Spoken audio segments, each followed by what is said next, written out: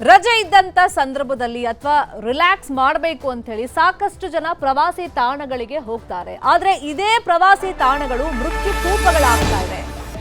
ರಾಜ್ಯದಲ್ಲಿ ಸಾಲು ಸಾಲು ದುರಂತಗಳು ಸಂಭವಿಸ್ತಾ ಇದೆ. ಹೇಳಿ ಕೇಳಿ ಮಕ್ಕಳಿಗೆ ಬೇಸಿಗೆ ರಜೆ, ಪೋಷಕರು ಮಕ್ಕಳನ್ನ ಕರ್ಕೊಂಡು ಬೇರೆ ಬೇರೆ ಪ್ರವಾಸಿ ತಾಣಗಳಿಗೆ ಹೋಗ್ತಾ ಇದ್ದಾರೆ. ಮತ್ತೊಂದ್ ಕಡೆ ಯುವಕರೇ ಗುಂಪು ಕಟ್ಕೊಂಡು ಟೀಮ್ ಮಾಡಿಕೊಂಡು ಪ್ರವಾಸಿ ತಾಣಗಳಿಗೆ ಹೋಗ್ತಾ ಇದ್ದಾರೆ. ಅಲ್ಲಿ ಜೀವ ಹಾನಿಗಳೂ ನಡೀತಾ ಇದೆ. ಬಲಮುರಿ ಎಡಮುರಿಗೆ ಪ್ರವಾಸಿಗರಿಗೆ ನಿರ್ಬಂಧವನ್ನ ಹೇರಲಾಗಿದೆ. ಶ್ರೀರಂಗಪಟ್ಟಣದ ತಾಲೂಕು ಆಡಳಿತದಿಂದ ಈ ನಿರ್ಧಾರವನ್ನ ಕೈಗೊಳ್ಳಲಾಗಿದೆ. 2026 ಜನವರಿಯಿಂದ ಏಪ್ರಿಲ್ ವರೆಗೆ 4 ಜನ ಸಾವನ್ನಪ್ಪಿದ್ದಾರೆ. 4 ವರ್ಷದಲ್ಲಿ ಫಾಲ್ಸ್ ಅಲ್ಲಿ ಮುಳುಗಿ ಒಟ್ಟು 26 ಜನ ಸಾವನ್ನಪ್ಪಿದ್ದಾರೆ. ಅಲ್ಲಿ ಪ್ರವಾಸಿಗರು ಅಷ್ಟೇ ಪ್ರವಾಸಕ್ಕೆ ಹೋದಂತ ಸಂದರ್ಭದಲ್ಲಿ ಅಲ್ಲಿ ಸುತ್ತಮುತ್ತ ಬೋರ್ಡ್ ಏನು ಹಾಕಿದ್ದಾರೆ, ಮೋಜು ಮಸ್ತಿ ಮಾಡಕ್ಕೆ ಹೋಗೋದು ಇಲ್ಲ ಅಂತಲ್ಲ, ಆದ್ರೆ ಎಸ್ಪೆಷಲಿ ನೀರಿರುವಂತ ಜಾಗಕ್ಕೆ ಹೋದಾಗ ಸೂಚನಾ ಫಲಕಗಳನ್ನ ಹಾಕಿರ್ತಾರೆ, ಅದನ್ನ ಲೆಕ್ಕಿಸೋದೇ ಇಲ್ಲ. ಈಜಾಡಕ್ಕೆ ಹೋಗ್ಬಿಡ್ತಾರೆ, ಈಜ್ ಬರುತ್ತೋ ಇಲ್ವೋ, ಎಷ್ಟು ಆಳ ಇದೆ, ನೀರಿನ ಜೊತೆ ಬೆಂಕಿ ಜೊತೆ ಆಟ ಆಡಬಾರ್ದು ಅಂತ ಹೇಳ್ತಾರೆ ಹಿರಿಯರು. ಆದ್ರೆ ಕೆಲವರು ಆ ನೀರು ನೋಡ್ತಿದ್ದಂಗೆ ಒಂದ್ಸತಿ ಈಜ್ ಬಿಡೋಣ ಅಂತ ಹೋಗ್ತಾರೆ. ಅಲ್ಲಿ ಆಳ ಆಗಲದ ಲೆಕ್ಕ ಸಿಗಲ್ಲ. ಇದರಿಂದಾನೇ ತುಂಬಾ ಜನ ಪ್ರಾಣನೂ ಕಳ್ಕೊಂಡಿದ್ದಾರೆ. ಸೂಚನಾ ಫಲಕಗಳನ್ನ ಗಮನಿಸಬೇಕು. ಇನ್ನು ಬೆಂಗಳೂರು ದಕ್ಷಿಣದ ಸಂಗಮದಲ್ಲೂ ಕೂಡ ನಿಷೇಧ ಹೇರಿದ್ದಾರೆ. ಸಂಗಮದಲ್ಲಿ ಪ್ರವಾಸಿಗರ ಮೇಲೆ ರೀಸೆಂಟ್ ಆಗಿ ಕಾಡಾನೆ ಒಂದು ದಾಳಿಯನ್ನ ಮಾಡಿತ್ತು. ಮಹಿಳೆ ಗಾಯಗೊಂಡಿದ್ರು. 1 ವಾರ ಸಂಗಮಕ್ಕೆ ಪ್ರವಾಸಿಗರಿಗೆ ನಿರ್ಬಂಧವನ್ನ ಹೇರಿದ್ದಾರೆ. ಇನ್ನೊಂದು ಕಡೆ ತಲಕಾಡು ನಿಸರ್ಗಧಾಮಕ್ಕೆ ಪ್ರವಾಸಿಗರಿಗೆ ನಿರ್ಬಂಧವನ್ನ ಹೇರಲಾಗಿದೆ. ಕಾವೇರಿ ನದಿಯಲ್ಲಿ ಮುಳುಗಿ 2 ಸ್ಟೂಡೆಂಟ್ ಸಾವನ್ನಪ್ಪಿದ್ರು. ನದಿಗೆ ಇಳಿಯದಂತೆ ಅರಣ್ಯ ಇಲಾಖೆಯಿಂದ ಎಚ್ಚರಿಕೆಯನ್ನ ನೀಡಲಾಗಿದೆ. ಈಗ ಇಂಥ ಅವಘಡಗಳು ನಡೆದಾಗ ತುರ್ತ ಕ್ರಮಗಳು ಏನು ಬೇಕು ಅದನ್ನು ಕೈಗೊಳ್ಳಬೇಕು. ಅದನ್ನು ಬಿಟ್ಟು ಪ್ರವಾಸಿ ತಾಣಗಳನ್ನೇ ಕ್ಲೋಸ್ ಮಾಡೋದು ಎಷ್ಟರ ಮಟ್ಟಿಗೆ ಸರಿ? ಹೇಳಿ ಕೇಳಿ ಈಗ ಬೇಸಿಗೆ ರಜೆ ಇರುತ್ತೆ, ತುಂಬಾ ಜನ ಪ್ಲಾನ್ ಮಾಡ್ಕೊಂಡಿರ್ತಾರೆ. ಬಟ್ ಈ ರೀತಿ ಕ್ಲೋಸ್ ಮಾಡಿಬಿಟ್ರೆ ಕೆಲವರಿಗೆ ಪಾಪ ಮಾಹಿತಿನೂ ಇರಲ್ಲ.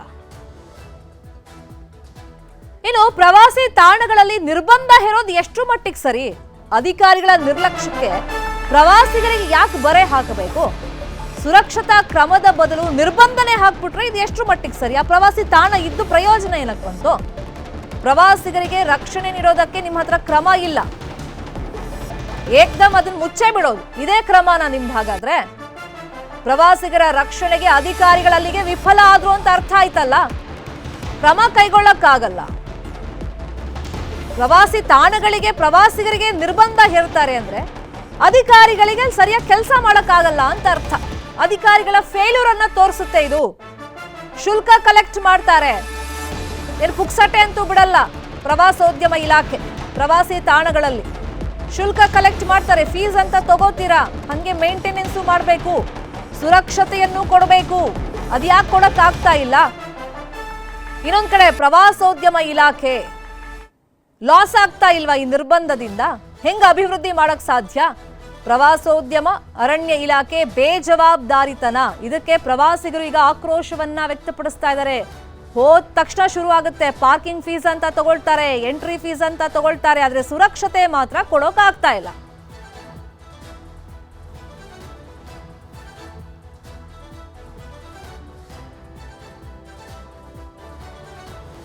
ರಾಜ್ಯದ ಪ್ರಮುಖ ಪ್ರವಾಸಿ ತಾಣಗಳಲ್ಲಿ ನಿರ್ಬಂಧ ಹೇರ್ಬಿಟ್ಟಿದ್ದಾರೆ. ಹಾಗಾಗಿ ಪ್ರವಾಸಿಗರ ಆಕ್ರೋಶ ಯಾವ ತರ ವ್ಯಕ್ತವಾಗ್ತಿದೆ, ಈ ಬಗ್ಗೆ ಡೀಟೇಲ್ ಆಗಿ ಇನ್ಫಾರ್ಮೇಶನ್ ಅನ್ನ ಕೊಡ್ತಾ ಹೋಗೋದಕ್ಕೆ ಮಂಡ್ಯ, ರಾಮನಗರ, ಮೈಸೂರು ಭಾಗದಿಂದ ನಮ್ಮ ರಿಪೋರ್ಟರ್ಸ್ ಕನೆಕ್ಟ್ ಆಗಿದ್ದಾರೆ. ಫಸ್ಟ್ ಮಂಡ್ಯ ಭಾಗಕ್ಕೆ ಹೋಗೋಣ.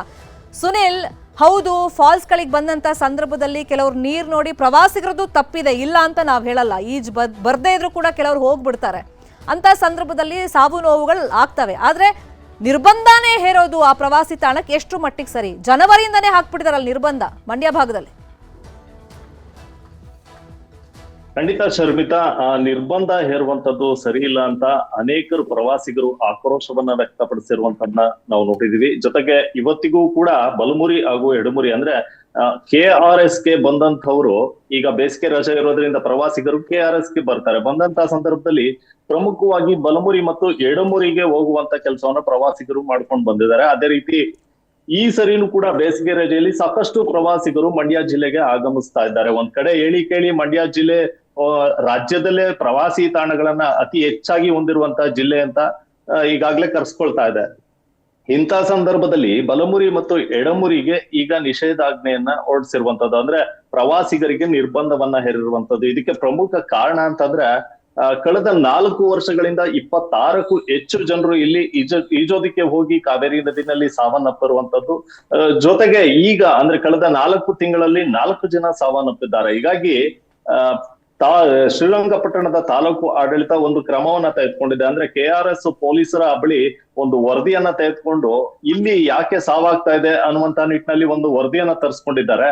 ಇದುವರೆಗೂ ಎಷ್ಟು ಜನರು ಸಾವನ್ನಪ್ಪಿದ್ದಾರೆ ಅನ್ನುವಂತ ವರದಿಯನ್ನ ತರಿಸ್ಕೊಂಡು ಬಲಮುರಿ ಹಾಗೂ ಎಡಮುರಿಗೆ ನಿಷೇಧವನ್ನ ಹೇರಿರುವಂತದ್ದು. ಇನ್ನು ಮತ್ತೊಂದು ಕಡೆ ಪ್ರವಾಸಿಗರು ಕೂಡ ಅಂದ್ರೆ ಸೂಚನಾ ಫಲಕವನ್ನ ಬಲಮುರಿಯಲ್ಲಿ ಹಾಕಿರುವಂತದ್ದು. ಇಲ್ಲಿ ಸುಳಿ ಇದೆ, ಯಾರು ಕೂಡ ಈಜಾಡೋದಿಕ್ಕೆ ಹೋಗ್ಬಾರ್ದು ಅನ್ನುವಂತ ಸೂಚನಾ ಫಲಕಗಳನ್ನ ಕೂಡ ಅಳವಡಿಸಿದ್ದಾರೆ. ಜೊತೆಗೆ ಹೋಮ್ ಗಾರ್ಡ್ಸ್ ಗಳನ್ನ ಕೂಡ ಪ್ರತಿನಿತ್ಯ ಅಲ್ಲಿ ನಿಯೋಜನೆ ಮಾಡಿರ್ತಾರೆ. ಆದ್ರೆ ಪ್ರವಾಸಿಗರು ದೊಡ್ಡ ಮಟ್ಟದಲ್ಲಿ ಬರೋದ್ರಿಂದ ಅವರನ್ನ ಅವಾಯ್ಡ್ ಮಾಡೋದಿಕ್ಕೆ ಸಾಧ್ಯ ಆಗ್ತಾ ಇಲ್ಲ ಅನ್ನುವಂಥದ್ದು ಕೂಡ ಇಲ್ಲಿ ಕಂಡು ಬರ್ತಾ ಇರುವಂತದ್ದು. ಇದ್ರ ಜೊತೆಗೆ ಬಲಮುರಿ ಎಡಮುರಿ ಫಾಲ್ಸ್ ಏನಿದೆ ಆಸುಪಾಸಿನಲ್ಲಿ ಸಾಕಷ್ಟು ಬಾರ್ ಅಂಡ್ ರೆಸ್ಟೋರೆಂಟ್ ಗಳಿದಾವೆ. ಅಂದ್ರೆ ಪ್ರವಾಸಕ್ಕೆ ಬಂದಂತವ್ರು ಇಲ್ಲಿ ಮದ್ಯಪಾನವನ್ನ ಮಾಡಿ ನದಿಯಲ್ಲಿ ಈಜಾಡ್ಲಿಕ್ಕೆ ಹೋಗ್ತಾರೆ. ಇಂಥ ಸಂದರ್ಭಗಳಲ್ಲಿ ಅವಘಡಗಳು ಸಂಭವಿಸುವಂತದ್ದು ಹೆಚ್ಚಾಗಿರುವಂತದ್ದು. ಹೀಗಾಗಿ ತಾಲೂಕು ಆಡಳಿತ ಒಂದ್ ಕಡೆ ಏನು ಅನಧಿಕೃತವಾಗಿ ಮದ್ಯ ಮಾರಾಟ ಮಾಡ್ತಾರೆ, ಜೊತೆಗೆ ಬಾರ್ಗಳೇನು ಹೆಚ್ಚಾಗಿದಾವೆ ಅದಕ್ಕೆ ನಿಷೇಧವನ್ನ ಹೇರ್ಬೇಕಾಗಿತ್ತು. ಆದ್ರೆ ಪ್ರಮುಖವಾಗಿರುವಂತ ಪ್ರವಾಸಿ ತಾಣಕ್ಕೆ ನಿರ್ಬಂಧವನ್ನ ಹೇರಿರುವಂತದ್ದು. ಹೀಗಾಗಿ ಸಾಕಷ್ಟು ಸಂಖ್ಯೆಯಲ್ಲಿ ಪ್ರವಾಸಿಗರು ಬೆಂಗಳೂರು ಆಗ್ಬೋದು, ಮೈಸೂರು ಆಗ್ಬೋದು, ಹೀಗೆ ರಾಜ್ಯದ ನಾನಾ ಭಾಗಗಳಿಂದ ಬಲಮುರಿ ಮತ್ತೆ ಎಡಮುರಿಗೆ ಬರ್ತಾ ಇದ್ದಾರೆ. ಬಂದಂತವರಿಗೆ ಕಾಣ್ತಾ ಇರುವಂತದ್ದು ಬೋರ್ಡ್ ಅಂದ್ರೆ ಪ್ರವಾಸಿಗರಿಗೆ ನಿರ್ಬಂಧವನ್ನ ಹೇರಿದ್ದೇವೆ ಅನ್ನುವಂತ ಬ್ಯಾರಿಕೇಡ್ ಗಳನ್ನ ಹಾಕಿ ಬ್ಯಾನರ್ ಗಳನ್ನ ಹಾಕಿದ್ದಾರೆ. ಹೀಗಾಗಿ ಸಾಕಷ್ಟು ದೂರಗಳಿಂದ ಬಂದಂತ ಪ್ರವಾಸಿಗರು ಆ ಬ್ಯಾನರ್ ಮತ್ತೆ ಬ್ಯಾರಿಕೇಡ್ ಹಾಕಿರೋದನ್ನ ನೋಡಿ ವಾಪಸ್ ಹೋಗ್ತಾ ಇದ್ದಾರೆ. ಅಂದ್ರೆ ತಾಲೂಕು ಆಡಳಿತ ಆಗ್ಬೋದು, ಜಿಲ್ಲಾ ಆಡಳಿತ ಆಗ್ಬೋದು, ಎರಡಕ್ಕೂ ಕೂಡ ಇಡೀ ಶಾಪವನ್ನ ಹಾಕಿ ಹೋಗ್ತಾ ಇದ್ದಾರೆ. ಅಂದ್ರೆ ಸಾಕಷ್ಟು ದೂರಗಳಿಂದ ಬಂದಿರ್ತಾರೆ. ಅವರಿಗೆ ನಿರಾಸೆ ಉಂಟಾದಂತ ಸಂದರ್ಭದಲ್ಲಿ ಅವರು ಬೇಸರವನ್ನ ವ್ಯಕ್ತಪಡಿಸ್ತಾ ಇರುವಂತದ್ದು. ಶರ್ಮಿತಾ, ರಾಮನಗರ ಬಾಕುಗುಣ ವೆಂಕಟೇಶಂ, ರೀಸೆಂಟ್ ಆಗಿ ನಾವು ನೋಡಿದ್ವಿ ನದಿಲಿ ಅಂದ್ರೆ ಸಂಗಮದಲ್ಲಿ ಎಲ್ಲರೂ ಇದ್ದಂತ ಸಂದರ್ಭದಲ್ಲಿ ಏಕಾಏಕಿ ಕಾಡಾನೆ ಬರುತ್ತೆ, ಜನನು ಅಲ್ಲಿ ಕಿರ್ಚಾಡಿದ್ ನೋಡಿ ಅದು ಮಹಿಳೆ ಮೇಲೆ ಅಟ್ಯಾಕ್ ಮಾಡಕ್ ಹೋಗುತ್ತೆ, ಜನ ಓಡೋಗ್ಬಿಡ್ತಾರೆ. ಅಂದ್ರೆ ಒಂದು ವಾರ ಅಲ್ಲಿ ನಿರ್ಬಂಧ ಹಾಕಿರೋದು ಎಷ್ಟು ಮಟ್ಟಿಗೆ ಸರಿ? ಅಂದ್ರೆ ನಿಮ್ ಕಾಡಾನೆ ಕಂಟ್ರೋಲ್ ಮಾಡಕ್ ಆಗಲ್ಲ. ಶರ್ಮಿತಾ, ಏನು ಬೆಂಗಳೂರು ದಕ್ಷಿಣ ಜಿಲ್ಲೆಯಲ್ಲಿ ಕಳೆದ 1 ವರ್ಷದಿಂದ ಕಾಡಾನೆಗಳ ದಾಳಿ ಹೆಚ್ಚಾಗಿದೆ. ಏನು ಕಳೆದ 13-15 ವರ್ಷಗಳಿಂದ ನಿರಂತರವಾಗಿ ಈ ಭಾಗದಲ್ಲಿ ಕಾಡಾನೆಗಳ ದಾಳಿ ನಡೀತಾ ಇದ್ರು ಕೂಡ ಅದು ಕಳೆದ 1 ವರ್ಷದಲ್ಲಿ ಬಹಳ ಹೆಚ್ಚಿಗೆ ಆಗಿದೆ. ಈ ನಿಟ್ಟಿನಲ್ಲಿ ಈಗ ಸಂಗಮದಲ್ಲಿ ಏನು ಕಳೆದ 2 ದಿನಗಳ ಹಿಂದೆ ಕನಕಪುರದ ಸಂಗಮದಲ್ಲಿ ಓರ್ವ ಪ್ರವಾಸಿ ಮಹಿಳೆಯ ಮೇಲೆ ಕಾಡಾನೆ ದಾಳಿಯನ್ನ ಮಾಡಿತ್ತು. ಆದ್ರೆ ಅದೃಷ್ಟವಶಾತ್ ಆ ಮಹಿಳೆಗೆ ಯಾವುದೇ ಒಂದು ಪ್ರಾಣಾಪಾಯ ಆಗ್ಲಿಲ್ಲ. ಈ ನಿಟ್ಟಿನಲ್ಲಿ ಅರಣ್ಯ ಇಲಾಖೆಯ ಅಧಿಕಾರಿಗಳು 1 ವಾರದ ಮಟ್ಟಿಗೆ ಸಂಗಮ ಮತ್ತೆ ಮೇಕೆದಾಟು ಬಳಿ ಏನು ಪ್ರವಾಸಿ ಸ್ಥಳ ಇದೆ ಅದಕ್ಕೆ ನಿರ್ಬಂಧವನ್ನ ಹೇರಿದ್ದಾರೆ. ಇದಕ್ಕೆ ಒಂದು ಕಡೆ ಪ್ರವಾಸಿಗರು ಆಕ್ರೋಶವನ್ನ ಹೊರಹಾಕ್ತಾ ಇದ್ದಾರೆ. ಯಾಕಂದ್ರೆ ಏನು ಈಗ ಬೇಸಿಗೆ ರಜೆ ಇದೆ, ಈ ರಜೆ ಸಮಯದಲ್ಲಿ ಬೆಂಗಳೂರು, ಮೈಸೂರು ಸೇರಿದಂತೆ ವಿವಿಧ ಭಾಗಗಳಿಂದ ಸಂಗಮ ಮತ್ತು ಮೇಕೆದಾಟಿಗೆ ಪ್ರವಾಸಿಗರು ಬರ್ತಾ ಇದ್ದಾರೆ. ಆದ್ರೆ ಕಾಡಾನೆ ದಾಳಿಯ ಹಿನ್ನೆಲೆ ಈಗ ಪ್ರವಾಸಿ ಸ್ಥಳಕ್ಕೆ 1 ವಾರದ ಮಟ್ಟಿಗೆ ನಿರ್ಬಂಧವನ್ನ ಹೇರಿರುವಂತಹ ಹಿನ್ನೆಲೆ ಎಲ್ಲ ಒಂದು ಕಡೆ ಸರ್ಕಾರ ಮತ್ತೆ ಅರಣ್ಯ ಇಲಾಖೆಯ ಅಧಿಕಾರಿಗಳು ಕಾಡಾನೆ ದಾಳಿಯನ್ನ ತಡೆಯುವಲ್ಲಿ ವಿಫಲರಾಗಿದ್ದಾರಾ? ಈ ನಿಟ್ಟಿನಲ್ಲಿ ಪ್ರವಾಸಿ ಸ್ಥಳಗಳಿಗೆ ನಿಷೇಧವನ್ನ ಹೇರಿದ್ದಾರಾ ಎನ್ನುವಂತಹ ಪ್ರಶ್ನೆಯನ್ನ ಸ್ವತಃ ಪ್ರವಾಸಿಗರು ಮಾಡ್ತಾ ಇದ್ದಾರೆ. ಜೊತೆಗೆ ಏನು ಈ ಭಾಗದಲ್ಲಿ ನಿರಂತರವಾಗಿ ಕಾಡಾನೆಗಳ ದಾಳಿ ನಡೀತಾ ಇದ್ರು ಕೂಡ ರಾಜ್ಯ ಅರಣ್ಯ ಸಚಿವರಾಗಿರ್ತಕ್ಕಂಥ ಈಶ್ವರ್ ಖಂಡ್ರೆ ಅವರವರು ಇವರಿಗೂ ಕೂಡ ಭೇಟಿಯನ್ನ ಕೊಟ್ಟಿಲ್ಲ. ಒಂದು ಬಾರಿ ಬಂದು ಸಭೆಯನ್ನ ಮಾಡಿದ್ರು ಕೂಡ ಅದು ಕಾಟಾಚಾರದ ಸಭೆಯಾಗಿತ್ತು.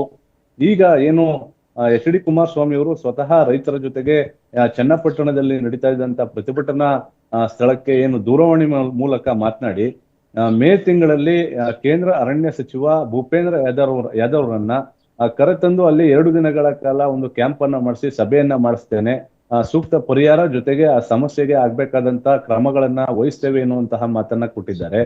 ಈ ನಿಟ್ಟಿನಲ್ಲಿ ಮುಂದಿನ ತಿಂಗಳಲ್ಲಿ ಯಾವ ರೀತಿಯಾಗಿ ಕ್ರಮವನ್ನು ವಹಿಸ್ತಾರೆ ಎಂಬುದನ್ನ ಕಾದ್ ನೋಡ್ಬೇಕಾಗಿದೆ. ಶರ್ಮಿತಾ, ಸೀದಾ ಮೈಸೂರು ಭಾಗಗೋಣ. ಆನಂದ್, ಪ್ರವಾಸಿಗರ ಸ್ವರ್ಗ ಅಂತ ಮೈಸೂರು ಕಳ್ಸಿಕೊಡುತ್ತೆ. ಅಂದ್ರೆ ಫ್ರೀ ಟೈಮ್ ನಲ್ಲಿ ರಿಲ್ಯಾಕ್ಸ್ ಬೇಕಾದ್ರೆ ಹೇಳಿ ಕೇಳಿ ಬೇಸಿಗೆ ರಜೆ ಸಾಕಷ್ಟು ಜನ ಅಲ್ಲಿ ವಿಸಿಟ್ ಮಾಡ್ತಾರೆ.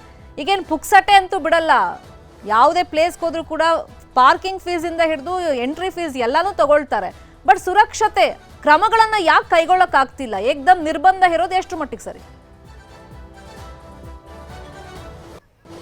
ಶರ್ಮಿತಾ, ಏನು ಮೈಸೂರನ್ನ ಪ್ರವಾಸಿಗರ ಸ್ವರ್ಗ ಅಂತ ಕರೀತಾರೆ. ಅದರಲ್ಲೂ ಕೂಡ ವೀಕೆಂಡ್ ಆದ್ರೆ ಮೈಸೂರಿನಲ್ಲಿ ಪ್ರವಾಸಿಗರ ಸಂಖ್ಯೆ ತುಂಬಿ ತುಳುಕುತ್ತೆ.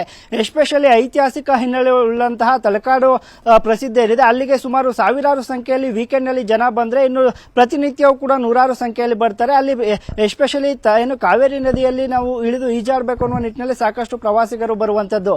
ಕಳೆದ 4 ದಿನಗಳ ಹಿಂದೆ ಏನು ಬೆಂಗಳೂರಿನಿಂದ ಬಂದಂತಹ ಇಬ್ಬರು ವಿದ್ಯಾರ್ಥಿಗಳು ಅಲ್ಲಿ ದುರ್ಮರಣ ಹೊಂದ್ತಾರೆ, ಒಂದು ರಮ್ಯಾ, ಒಂದು ಚಾರ್ವಿ. ಆ ಹಿನ್ನೆಲೆಯಲ್ಲಿ ಕಳೆದ 2 ದಿನಗಳಿಂದಲೂ ಕೂಡ ಆ ಪ್ರವಾಸಿ ತಾಣಕ್ಕೆ ನಿರ್ಬಂಧವನ್ನ ಹೇರಿದ್ರು. ಆದರೆ ನಿನ್ನೆ ಮಧ್ಯಾಹ್ನದ ನಂತರ ಸಾವಿರಾರು ಸಂಖ್ಯೆಯಲ್ಲಿ ರಾಜ್ಯದ ನಾನಾ ಮೂಲೆಗಳಿಂದ ಜನರು ಬಂದಂತ ಹಿನ್ನೆಲೆಯಲ್ಲಿ ಅರಣ್ಯ ಇಲಾಖೆ ಅಧಿಕಾರಿಗಳು ಪ್ರವಾಸಿಗರ ಒತ್ತಡಕ್ಕೆ ಮಣಿದು ನಿನ್ನೆ ಮಧ್ಯಾಹ್ನದ ನಂತರ ಅಲ್ಲಿ ಪ್ರವಾಸಿಗರಿಗೆ ನಿರ್ಬಂಧವನ್ನ ತೆರವು ಮಾಡಿರುವಂತದ್ದು. ಸದ್ಯ ಇಲ್ಲಿ ಕಾಡ್ತಾ ಇರುವಂತಹ ಪ್ರಶ್ನೆ, ಕೋಟ್ಯಾಂತರ ರೂಪಾಯಿ ಏನು ವಹಿವಾಟು ನಡೆಯುತ್ತೆ, ಪ್ರವಾಸಿಗರಿಂದ ಹಣ ಹರಿದು ಬರುತ್ತೆ, ಆದ್ರೆ ಅರಣ್ಯ ಇಲಾಖೆ ಅಧಿಕಾರಿಗಳು ಸೂಕ್ತ ಭದ್ರತೆಯನ್ನ ಕಾವೇರಿ ನದಿಯಲ್ಲಿ ಕೊಡ್ಲಿಕ್ಕೆ ಬರೋದಿಲ್ವಾ ಅನ್ನುವಂಥದ್ದು. ಯಾಕಂತಂದ್ರೆ ಇನ್ನೊಂದಷ್ಟು ಮಂದಿ ವಾಚರ್ಗಳನ್ನ ಹಾಕೋಬಹುದು, ತೆಪ್ಪ ನಡೆಸೋರ್ನು ಕೂಡ ಅಲ್ಲಿ ಬಳಸ್ಕೋಬಹುದು. ಅಲ್ಲದೆ ಸುರಕ್ಷಿತವಾಗಿ ಜನರು ನದಿಗೆ ಇಳಿದು ಆಟವಾಡುವ ನಿಟ್ಟಿನಲ್ಲಿ ಸಾಕಷ್ಟು ಕ್ರಮಗಳನ್ನ ತೆಗೆದುಕೊಳ್ಬಹುದು, ಲೈಫ್ ಜಾಕೆಟ್ಗಳನ್ನ ಕೊಡಬಹುದು. ಇದ್ಯಾವುದನ್ನು ಕೂಡ ಮಾಡ್ತಾ ಇಲ್ಲ.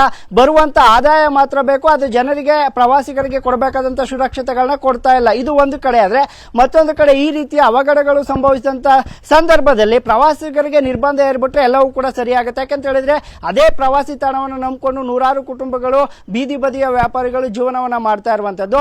1-2 ದಿನ ಬಂದ್ ಮಾಡಿದ್ರು ಕೂಡ ಅವರ ಜೀವನ ಅಸ್ತವ್ಯಸ್ತ ಆಗುತ್ತೆ. ಇನ್ನು ವಾರಾಂತ್ಯಗಳಲ್ಲಿ ಅದನ್ನ ಬಂದ್ ಮಾಡ್ತೀವಿ ಅಂತ ಇವರು ಮುಂದಾದ್ರೆ ಅವರ ಕುಟುಂಬ ಸಂಪೂರ್ಣವಾಗಿ ಬೀದಿ ಪಾಲಾಗುತ್ತೆ.